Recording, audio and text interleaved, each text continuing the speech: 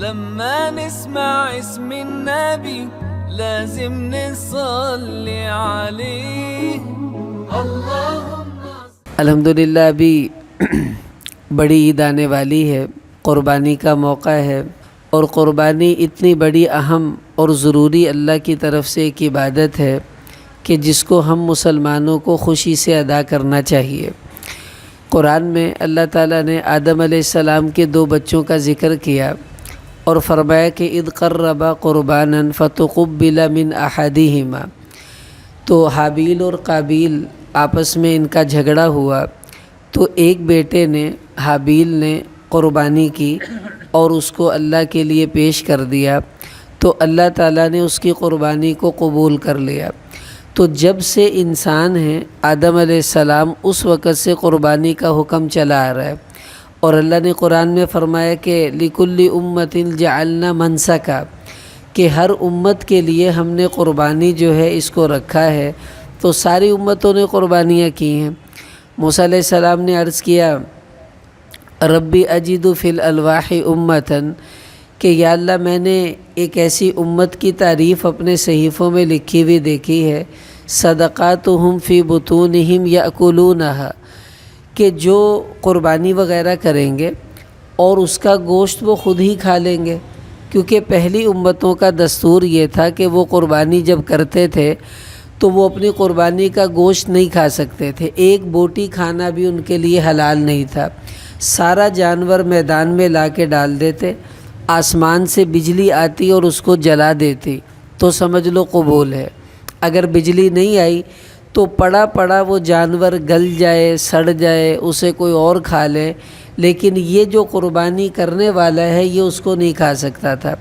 اور اس امت کو اللہ نے کیسی آسانیاں دیں، قربانی کا جانور ذبح کیا، اگر گھر کے افراد زیادہ ہیں تو سارے کا سارا گوشت اپنے گھر میں بھی استعمال کر سکتے ہیں۔ تو اس امت کو اللہ تعالیٰ نے بڑی آسانیاں دی ہیں۔ اب نبی کریم صلی اللہ علیہ وسلم نے ارشاد فرمایا، ابن ماجہ میں روایت آتی ہے کہ من کان لہ سیعۃ ولم یضحی فلا یقربن مصلانا، کہ جس بندے پر قربانی واجب تھی اللہ نے اس کو استطاعت دی تھی اور اس نے قربانی نہیں کی، تو اللہ کے نبی فرما رہے وہ عید والے دن عید پڑھنے ہماری عیدگاہ کے قریب نہ آئے، وہ چلا جائے، ہمارا اس سے کوئی تعلق نہیں ہے، کیونکہ قربانی معمولی بات نہیں تھی اور اس نے اللہ کا اتنا بڑا حکم چھوڑ دیا۔ ابن عمر رضی اللہ عنہ، ترمذی میں حدیث آتی ہے، فرماتے ہیں اقام رسول اللہ صلی اللہ علیہ وسلم بالمدینۃ 10 سنین، کہ 10 سال رسول اللہ صلی اللہ علیہ وسلم مدینہ میں رہے، یضحی کل سنۃ، اور ہر سال آپ قربانی فرمایا کرتے تھے۔ آپ اندازہ لگائیں، ہر سال اللہ کے نبی نے قربانی کی ہے۔ ایک آدمی نے ابن عمر رضی اللہ عنہ سے مسئلہ پوچھا، کہنے لگا کہ اواجبۃ ہی، کہ یہ جو قربانی ہے یہ واجب ہے؟ تو وہ کہنے لگے ضحى رسول اللہ صلی اللہ علیہ وسلم والمسلمون، کہ رسول اللہ صلی اللہ علیہ وسلم نے بھی قربانی کی ہے اور مسلمان بھی قربانی کرتے تھے۔ وہ کہنے لگا جی نہیں، میرا مطلب یہ ہے کہ قربانی واجب ہے۔ انہوں نے پھر یہی جواب دیا کہ رسول اللہ صلی اللہ علیہ وسلم بھی قربانی کرتے تھے، مسلمان بھی کرتے تھے۔ پھر وہ کہتا جی نہیں، میرا مطلب ہے یہ واجب ہے۔ تو ابن عمر رضی اللہ عنہ فرمانے لگے اتعقل، یار تو کملا تو نہیں، پاگل ہے تو؟ جب میں کہہ رہا ہوں رسول پاک علیہ السلام نے قربانی کی ہے، مسلمان قربانی کرتے تھے، اب اور تجھے کیا کہنے کی ضرورت باقی ہے کہ یہ واجب ہے یا نہیں؟ اس لیے یہ اللہ کا ایسا حکم ہے جو ہمیں پورا کرنا چاہیے۔ ہوتا یہ ہے جب بڑی عید آتی ہے، ہمارے ملک کے کچھ ایسے دانشور، لبرل ذہن رکھنے والے، ان کو بڑی عید کے موقع پہ ٹوٹی ہوئی سڑکیں بھی نظر آتی ہیں، پل بھی یاد آتے ہیں، غریب بچیوں کی شادیاں یاد آتی ہیں۔ اب وہ کیا کہتے ہیں کہ جی کیا فائدہ اتنا خون بہانے کا، گوشت اتنا کون کھاتا ہے، یہی پیسے مسلمان جوڑ کے سڑکیں بنا دیں، پل بنا دیں، کسی غریب بچی کی شادی کر دیں۔ پورا سال جب بسنت ہوتی ہے اس وقت یہ سوئے ہوتے ہیں، پھر نہیں کہیں گے کہ جی اتنا پیسہ کروڑوں اربوں روپے بسنت پہ ضائع ہوتا ہے، کیوں نہیں پل بناتے، کیوں نہیں سڑکیں بناتے۔ اس ٹائم ساریاں سڑکیں ٹھیک ہوندیاں، اور بڑی عید پہ آ کے ساری سڑکیں ٹوٹ جاتی ہیں، پل بھی ٹوٹ جاتے ہیں اور بچیوں کے رشتے بھی رہ جاتے ہیں۔ اسی طرح حکومت شادیوں پہ کتنے پیسے لوگ ضائع کرتے ہیں، اور حکومت یہ جو تعیش کے اوپر کتنے مال رقوم کو ضائع کر دیتی ہے۔ ان موقعوں پر ان کو کبھی یاد نہیں آتا کہ KFC کے اوپر لائن لگی ہوئی ہے، میک ڈونلڈس کے اوپر باری نہیں آتی برگر لینے کی۔ یہ جو اتنا پیسہ فضول میں ضائع ہو رہا ہے، کیوں نہیں ان کو سادگی کی ترغیب دیتے؟ لیکن جب اللہ کا حکم پورا کرنے کی باری آتی ہے، پھر ان کے اندر کا مسلمان جاگ اٹھتا ہے، او ہو یہ غریب بچیوں کی شادیاں نہیں ہو رہی، دیکھو کسی بیوہ کے گھر کی چھت بنا دو، قربانی کرنے سے کیا ملتا ہے۔ یاد رکھیں، پوری دنیا بھوکی مرے، ساری سڑکیں ٹوٹیں، سارے پل ٹوٹ جائیں، اگر اللہ کا حکم ہمیں پورا کرنے کا حکم ہے تو بھائی ہم تو اپنے اللہ کا حکم پورا کریں گے، باقی کام بعد میں ہوں گے، پہلے اپنے اللہ کا حکم پورا ہم کریں گے۔ اب قربانی کس کس پر واجب ہے، کس پر نہیں، یہ آج کے ہمارے درس کا اہم موضوع ہے، اس کے بارے میں ہمیں تھوڑا سا سمجھنا چاہیے۔ دیکھیے، سب سے پہلی بات تو یہ ہے کہ قربانی کے لیے 4 باتیں شرط ہیں۔ ایک تو مسلمان ہو، عاقل ہو، بالغ ہو اور صاحب نصاب ہو۔ کافر پر تو قربانی آنی نہیں ہے، اور عاقل جو عقل مند ہے اس پر قربانی آئے گی، اور جو بیچارہ مجنون ہے، دیوانہ ہے، اس پر اور شریعت کے احکامات نہیں آتے، قربانی کا حکم بھی نہیں آئے گا۔ بالغ ہونا شرط ہے۔ اگر نابالغ بچہ ہے، وہ بھلے کروڑ پتی ہو، بھلے لاکھ پتی ہو، نابالغ بچے کے مال پر قربانی واجب نہیں ہے، جتنا مرضی مالدار ہو، کیونکہ شریعت نے اس کو باقی احکامات کی چھٹی دی ہے۔ نابالغ بچے پر نماز فرض نہیں ہے، روزہ فرض نہیں ہے، زکوٰۃ فرض نہیں ہے، تو اسی طرح اس بچے کے مال پہ قربانی بھی فرض نہیں ہے۔ اگلی بات یہ ہے کہ مقیم ہو۔ اگر کوئی مسافر ہے تو مسافر پر بھی قربانی واجب نہیں۔ مسافر کسے کہتے ہیں؟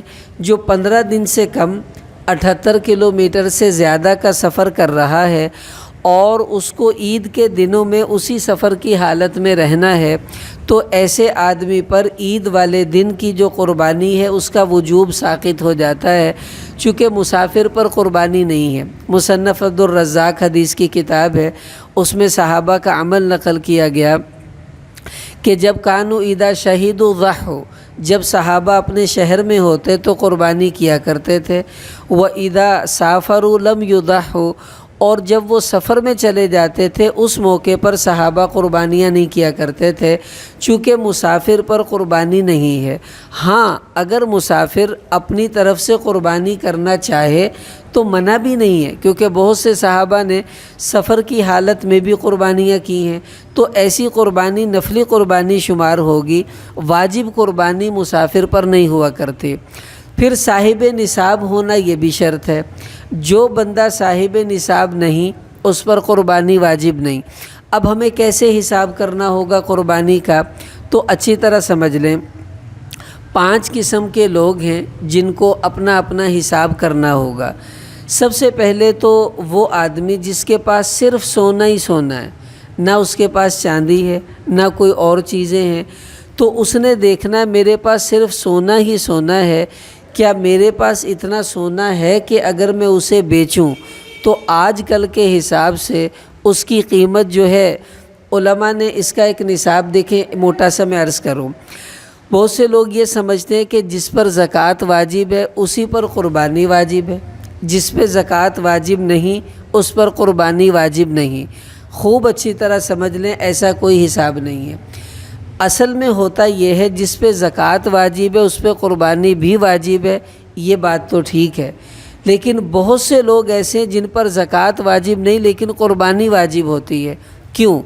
اس لیے کہ زکوٰۃ کے مال میں تو سال گزرنا شرط ہے، اور قربانی کے حساب میں سال گزرنا شرط نہیں ہے۔ زکوٰۃ کے مال میں 4 چیزیں شمار ہوتی ہیں: سونا، چاندی، پیسے اور تجارت کا سامان، لیکن یہ جو قربانی کے معاملے میں 5 چیزوں کا حساب ہوگا، پانچویں ہر وہ چیز جو آپ کی ضرورت سے زائد ہے اس کو بھی اس میں کاؤنٹنگ آپ کو کرنی پڑے گی، اس لیے دونوں کے نصاب میں کافی سارا فرق آ جاتا ہے۔ اب دیکھیں، ایک وہ بندہ ہے جو کہتا ہے میرے پاس صرف سونا ہے، نہ چاندی ہے، نہ پیسے ہیں، نہ بیچنے کا سامان، نہ کوئی فالتو چیزیں ہیں۔ اگر تو اس کے پاس 7.5 تولے سونا ہوگا تو قربانی آئے گی، اگر 7.5 تولے سونا نہیں ہے تو قربانی اس پر واجب نہیں۔ لیکن اس کے پاس صرف سونا ہو، پیسے بھی نہیں، چاندی بھی نہیں، بیچنے کا سامان بھی نہیں اور فالتو چیزیں بھی نہیں۔ دوسرا وہ آدمی ہے جو کہتا ہے میرے پاس صرف چاندی ہے، نہ سونا ہے، نہ پیسے ہیں، نہ تجارت کا سامان ہے اور نہ ہی میرے پاس کوئی فالتو چیزیں ہیں۔ تو اب دیکھیں گے اس کے پاس 52.5 تولے چاندی ہے تو قربانی آوے گی، اگر 52.5 تولے چاندی نہیں ہے تو پھر اس پر قربانی نہیں آئے گی۔ تیسرا آدمی وہ کہتا ہے میرے پاس سونا بھی نہیں ہے، پیسے بھی نہیں ہیں، چاندی بھی نہیں ہے، بیچنے کا سامان بھی نہیں ہے، فالتو سامان بھی نہیں ہے، صرف پیسے ہیں میرے پاس۔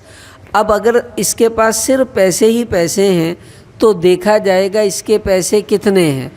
آج کل کے حساب سے اگر 52,000 روپے اس کے پاس ہیں، سونا چاندی کچھ بھی نہیں، صرف پیسے ہیں اور 52,000 روپے وہ بن جاتے ہیں تو ایسے آدمی پر قربانی واجب ہے۔ اگر پیسے کم ہیں تو پھر اس پر قربانی واجب نہیں ہوگی۔